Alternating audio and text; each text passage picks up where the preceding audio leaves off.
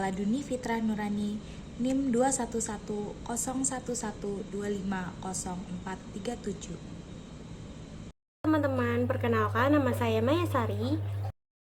Perkenalkan, nama saya Ogi Rianto dengan NIM 20101111250156. Nama saya Septianingsi dengan NIM 2110112501192. Di sini, kelompok kami akan membahas mengenai koperasi dan juga anjak piutang. Mari kita simak videonya. Halo teman-teman, pernahkah merasa kesulitan mendapatkan modal usaha? Atau mungkin punya tagihan yang belum terbayarkan? Jangan khawatir, ada solusi yang bisa membantu kalian semua. Koperasi, lembaga keuangan yang kita kenal sebagai wadah bersama, ternyata punya banyak manfaat. Salah satunya adalah fasilitas anjak piutang. Yuk kita bahas lebih dalam mengenai koperasi dan anjak piutang. Pengertian koperasi merujuk pada Undang-Undang Nomor 25 Tahun 1992 tentang Perkoperasian. Pengertian koperasi adalah badan usaha yang beranggotakan perorangan atau badan hukum koperasi yang melandaskan kegiatannya berdasarkan prinsip koperasi. Koperasi juga sekaligus disebut sebagai gerakan ekonomi rakyat yang berdasar atas asas kekeluargaan. Dari deskripsi tersebut, bisa disimpulkan bahwa koperasi merupakan perserikatan yang bertujuan memenuhi keperluan para anggotanya. Hal itu bisa dilakukan dengan cara menjual barang keperluan sehari-hari dengan harga murah atau tidak bermaksud dengan mengambil untung. Selanjutnya adalah prinsip koperasi. Koperasi sebagai badan usaha memiliki prinsip-prinsip dasar yang membedakannya dengan badan usaha lainnya. Prinsip-prinsip tersebut antara lain yang pertama, keanggotaan sukarela dan terbuka. Artinya, siapapun dapat bergabung tanpa diskriminasi. Yang kedua yaitu pengelolaan dilakukan secara demokratis, di mana anggota secara aktif berpartisipasi dalam pengambilan keputusan. Yang ketiga yaitu partisipasi aktif anggota. Anggota secara aktif berkontribusi dalam kegiatan-kegiatan koperasi. Selanjutnya yaitu otonomi dan kemandirian. Hal ini berarti koperasi bebas dari campur tangan pihak luar. Selanjutnya yaitu kepedulian terhadap masyarakat. Koperasi turut berkontribusi pada kesejahteraan masyarakat secara luas ataupun secara khusus yaitu anggota-anggota koperasinya. Selanjutnya yaitu tujuan koperasi. Koperasi bertujuan memajukan kesejahteraan anggota pada khususnya dan masyarakat pada umumnya. Secara luas, koperasi juga ikut membangun tatanan perekonomian nasional dalam rangka mewujudkan masyarakat yang maju, adil, makmur, berlandaskan Pancasila dan Undang-Undang Dasar 1945. Prinsip-prinsip koperasi yang sebelumnya sudah disebutkan menumbuhkan semangat kerjasama dan saling membantu antar anggota, sehingga koperasi memberikan berbagai layanan dan manfaat yang dapat meningkatkan kualitas hidup para anggotanya. Berdasarkan Undang-Undang Nomor 25 Tahun 1992 tentang Perkoperasian, koperasi memiliki beberapa fungsi, yaitu yang pertama, membangun dan mengembangkan potensi dan kemampuan ekonomi anggota pada khususnya dan masyarakat pada umumnya, untuk meningkatkan kesejahteraan ekonomi dan sosialnya. Yang kedua, berperan serta secara aktif dalam upaya meningkatkan kualitas kehidupan manusia dan masyarakat.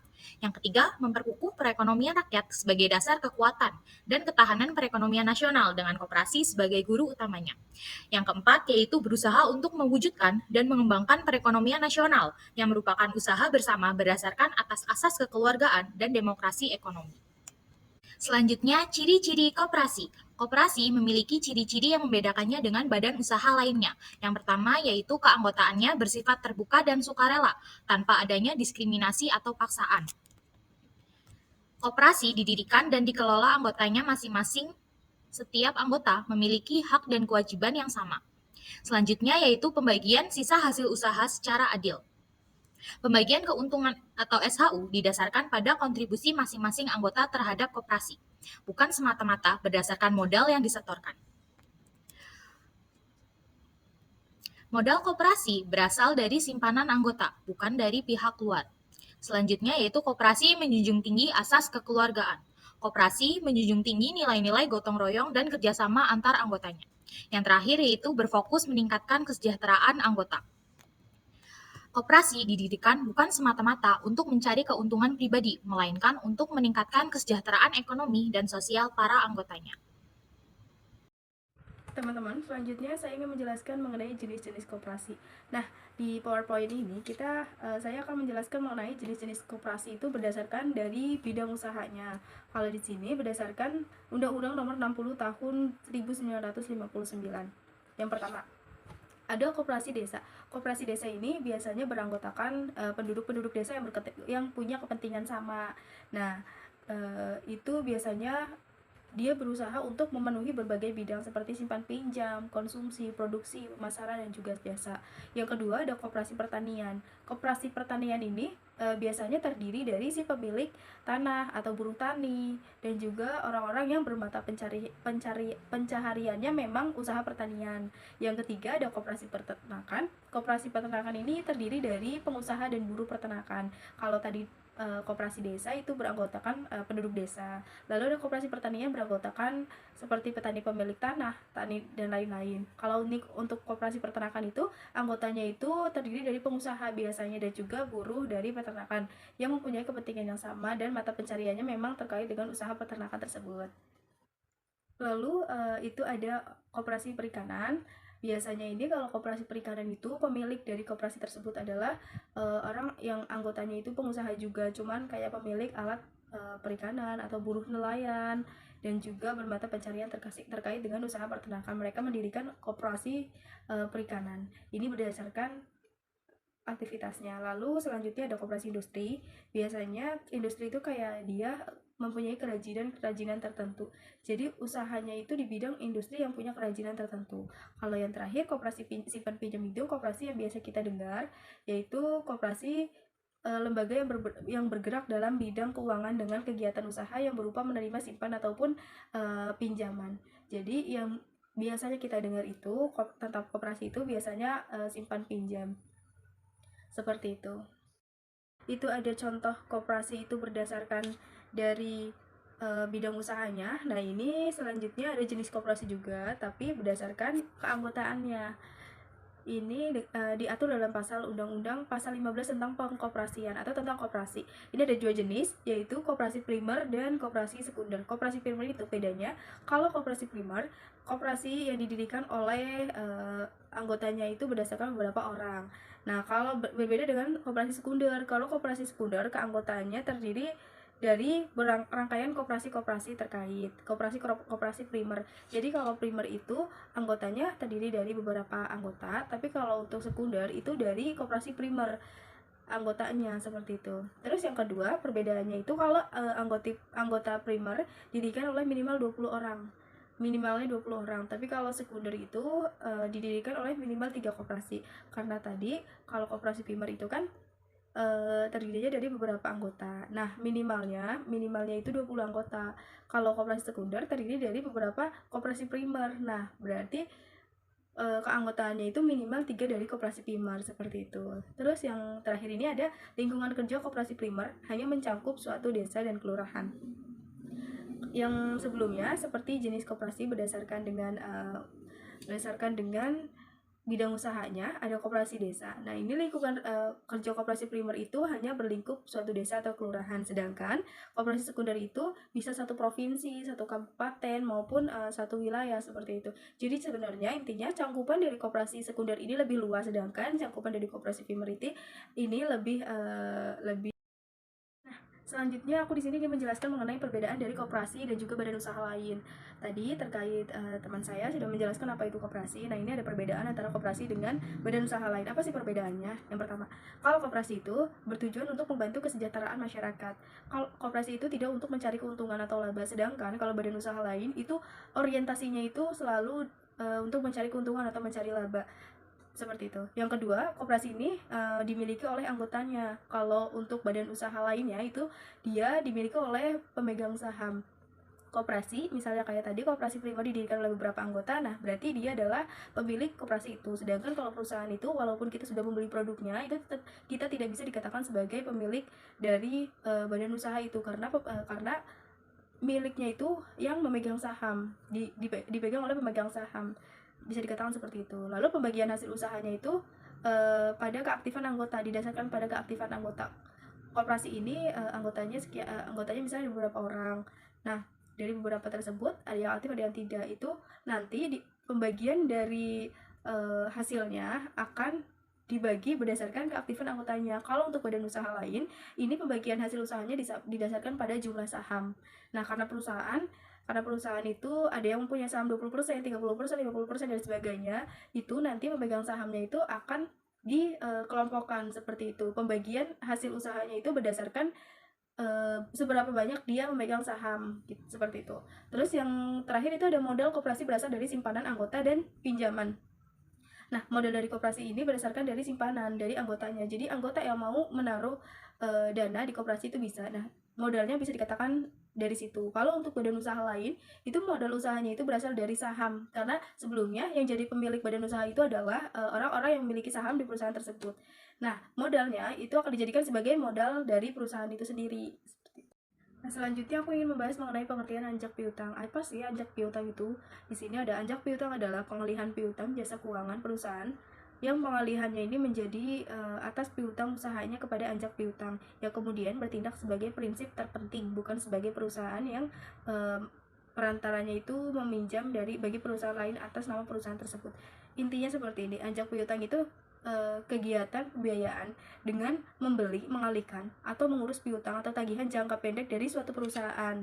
Seperti itu contohnya, perusahaan A itu mau mengirimkan faktur 100 juta kepada pelanggannya karena udah jatuh tempo dalam waktu 6 bulan yang lalu. Nah, perusahaan A ini bisa memutuskan untuk memfaktorkan faktur tersebut kepada Tuan X, kita katakan Tuan X dengan tingkat bunga yang lebih rendah, misalnya 80% dengan biaya 10% atas jumlah yang dibayarkan di muka gitu. Atau jadi itu kalau anjak piutang itu melibatkan 3 pihak penjual, pihak pembeli, dan juga pihak yang membiayai atau si faktor anjak piutang tersebut. Nah, kalau hubungan koperasi dengan anjak piutang itu sendiri, kalau anjak piutang itu kan sebuah mekanisme pembiayaan yang dapat memberikan manfaat signifikan bagi koperasi, terutama dalam hal pengelolaan arus kas dan peningkatan efisiensi operasional. Lalu, kalau anjak piutang ini dapat menjadi alat yang efektif bagi koperasi untuk meningkatkan kinerja keuangan operasional. Namun, koperasi juga perlu memahami dengan baik mekanisme kerja anjak piutang itu sendiri dan memilih perusahaan anjak piutang yang tepat, karena anjak piutang itu bisa dikatakan sebagai perusahaan yang menyediakan jasa, dan kita sebagai koperasi kita juga harus memilih anjak piutang yang tepat. Kita harus tahu sistem kerja anjak piutang itu seperti apa. Kalau sistemnya baik, kita pilih itu, maka akan jadi baik. Nah, koperasi juga bisa memanfaatkan manfaatin anjak piutang secara optimal, efisien, supaya bisa meminimalkan resiko dari yang mungkin akan timbul di selanjutnya. Halo teman-teman, di sini saya akan membahas landasan hukum anjak piutang. Dalam hukum Indonesia, anjak piutang terdapat beberapa ketentuan landasan hukum bagi eksistensi jasa. Ketentuan di sini dibagi menjadi 2 ketentuan hukum, yaitu yang pertama, hukum substantif. Yang kedua, ada hukum bersifat administratif. Mari kita bahas satu persatu. Yang pertama, hukum substantif. Dasar hukum substantif murni yang menjadi dasar hukumnya bagi kegiatan anjak piutang, yaitu asas kebebasan berkontrak. Mari kita bahas satu persatu contohnya. Yang pertama, asas kebebasan kontrak. Contohnya, perusahaan A dan B dapat menyepakati presentasi diskon, jangka waktu pembayaran, dan kondisi-kondisi khusus lainnya dalam perjanjian anjak piutang. Yang kedua, perjanjian. Contohnya, perjanjian ini memuat detail mengenai piutang yang akan dialihkan, tanggal jatuh tempo, biaya-biaya yang timbul, dan serta sanksi yang terjadi pada wan prestasi. Yang ketiga, ada hak milik. Contohnya, perusahaan A yang telah menjual piutangnya kepada perusahaan B tidak lagi memiliki hak untuk menagih piutang tersebut. Yang terakhir, ada tanggung jawab. Contohnya, jika piutang yang dialihkan adalah fiktif atau tidak dapat ditagih, perusahaan yang memiliki piutang harus bertanggung jawab kepada perusahaan. Yang kedua, hukum administratif. Sifat dasar hukum administratif ini dikelompokkan menjadi 2 kelompok, yaitu yang pertama, dalam tingkatan undang-undang. Yang kedua, peraturan lainnya. Mari kita bahas beberapa contohnya. Yang pertama, perizinan usaha. Contohnya, PT Cahaya ingin menjalankan bisnis anjak piutang. Sebelumnya, melalui operasional, perusahaan harus mengajukan permohonan izin usaha kepada OJK dan memenuhi semua persyaratan yang ditetapkan. Yang kedua, pengawasan. Contohnya, OJK secara berkala melakukan pemeriksaan terhadap laporan keuangan dan kegiatan operasional perusahaan anjak piutang. Jika ditemukan adanya pelanggaran, OJK dapat memberikan sanksi administratif. Yang ketiga, pelaporan. Contohnya, PT Cahaya wajib menyampaikan laporan keuangan tahunan kepada OJK, termasuk laporan mengenai jumlah piutang yang dialihkan, jumlah dana yang telah dicairkan, dan jumlah piutang yang macet. Rukun dan syarat anjak piutang. Pada dasarnya, anjak piutang dan akad hawalah sama. Perbedaannya hanya pada anjak piutang secara umum dikatakan konvensional, sedangkan akad hawalah bersifat syariah. Kemudian ada rukun anjak piutang yang dibagi menjadi 4 bagian. Yang pertama, orang yang ingin memindahkan hutang adalah pihak pertama. Yang kedua, orang yang mempunyai hutang adalah orang yang berhutang. Yang ketiga, orang yang menerima pemindahan hutang dari pihak pertama adalah pihak ketiga. Yang keempat, ijab kabul yaitu persepakatan perjanjian awal. Kemudian ada syarat anjak piutang yang dibagi menjadi 3 bagian. Yang pertama, orang yang memindahkan utang harus berakal sehat dan tidak gila. Jika orang tersebut tidak berakal sehat, maka akan dibatalkan. Yang kedua, orang yang menerima juga harus berakal sehat. Jika orang itu gila, juga akan dibatalkan. Yang ketiga, orang yang menerima pemindahan hutang, pihak ketiga harus berakal sehat dan harus benar-benar mau menerimanya. Jenis-jenis anjak piutang. Yang pertama, dari segi pemberitahuan kepada pihak pelanggan yang dibagi menjadi 2 bagian. Yang pertama, anjak piutang yang diungkapkan. Yang kedua, ada anjak piutang yang dirahasiakan. Kemudian ada dari segi keterlibatan klien juga dibagi menjadi 2 bagian. Yang pertama, resort factoring. Kemudian yang kedua ada non-resort atau without resort factoring. Yang ketiga, ada segi jumlah hutang yang dialihkan juga dibagi menjadi 2 bagian. Yang pertama ada pemfaktoran fakultatif, yang kedua adalah seluruh putaran anjak piutang. Konsekuensi anjak. Konsekuensi anjak piutang tergantung jenis anjak piutang yang diajukan oleh pihak dalam membuat perjanjian, yaitu berdasarkan resiko dan tanggung jawab klien. Yang pertama, resort factoring, yaitu di sini akan menanggung resiko apabila nasabah tidak memenuhi kewajibannya. Jadi perusahaan tersebut akan mengembalikan pembayaran yang bertanggung jawab membayar piutang kepada klien atas tindakan tertagihnya piutang tersebut. Yang kedua, without resort factoring, yaitu perusahaan akan menanggung resiko apabila nasabah tidak memenuhi kewajibannya. Jadi pihak klien tidak akan bertanggung jawab buat melunasi piutang tidak tertagih tersebut dari nasabah. Penyebab berakhirnya anjak piutang. Yang pertama ada pelunasan piutang, dan yang kedua ada jangka waktu perjanjian habis, dan ketiga ada uang investasi salah satu pihak, dan yang keempat kesepakatan bersama, yang kelima keadaan kahar atau force majeure, dan yang keenam kebangkrutan salah satu pihak. Contoh kasus piutang. Di sini saya akan mengambil dari perusahaan PT Jaya Mesin. Yang pertama ada perjanjian dengan perusahaan anjak piutang. Di sini PT Jaya Mesin menjalin kerjasama dengan PT Mitra Finansial, sebuah perusahaan yang bergerak di bidang anjak piutang. Dan yang kedua, penjualan piutangnya. PT Jaya Mesin menjual semua piutang dagangnya kepada PT Mitra Finansial dengan nilai yang telah disepakati. Dan yang ketiga, di sini ada pembayaran awal, yaitu PT Mitra Finansial memberikan pembayaran awal kepada PT Jaya Mesin sebesar 85% dari total nilai piutang. Yang keempat, di sini ada pengelolaan piutang oleh PT Mitra Finansial. Di sini PT Mitra Finansial mengambil alih tugas penagihan kepada debitur atau perusahaan manufaktur. Mereka akan mengirimkan tagihan, melakukan follow up dengan menerima pembayaran. Yang kelima, ada pembayaran tambahan. Di sini setelah seluruh piutang berhasil ditagih, PT Mitra Finansial akan memberikan sisa pembayaran kepada PT Jaya Mesin, dikurangin biaya-biaya yang telah disepakati.